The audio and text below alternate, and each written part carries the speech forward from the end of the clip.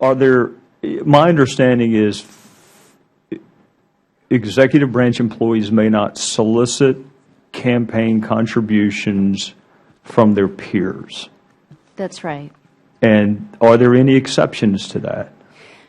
I'm actually going to punt this one to Anna Galinda Marone, who's the chief of our Hatch Act unit and knows every detail about how the Hatch Act affects federal employees, and That she sounds can like answer a that. great person to punt it to.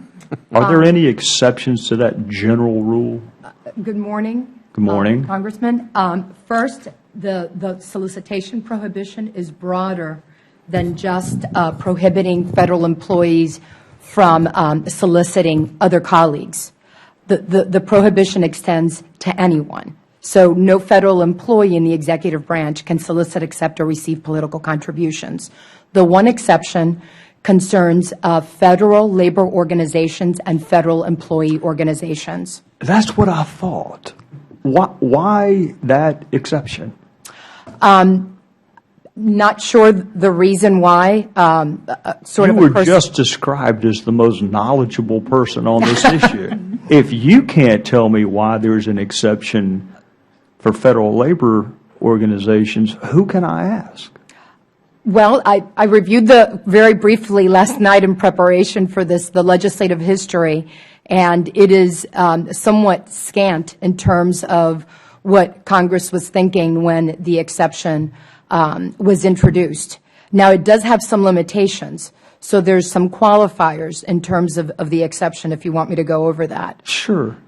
So the federal labor organizations, although the members of those groups can solicit, they still cannot solicit, accept, or receive while on duty or in the federal workplace. The solicitation is there something called official time? Correct, but under the Hatch Act, even official time, union official time, is considered on duty for purposes of the Hatch Act, meaning... So you still can't solicit? Correct. But if you're at a United States Attorney's office, you can't solicit, participate. Can you show up at a political event after hours? After hours, any federal employee can attend a political event. Can their name be on a host committee? They cannot, including, so what I was going to explain was that in terms of the union exception, the solicitation is only specific to the union's PAC and cannot be directed at anyone that's a subordinate. So in terms of, let's say, a fundraising event where there's a host committee, typically even union members will not be able to be listed as a member of the host committee. I'm still trying to understand why there would be an exception for federal labor organizations. Could you hazard a guess?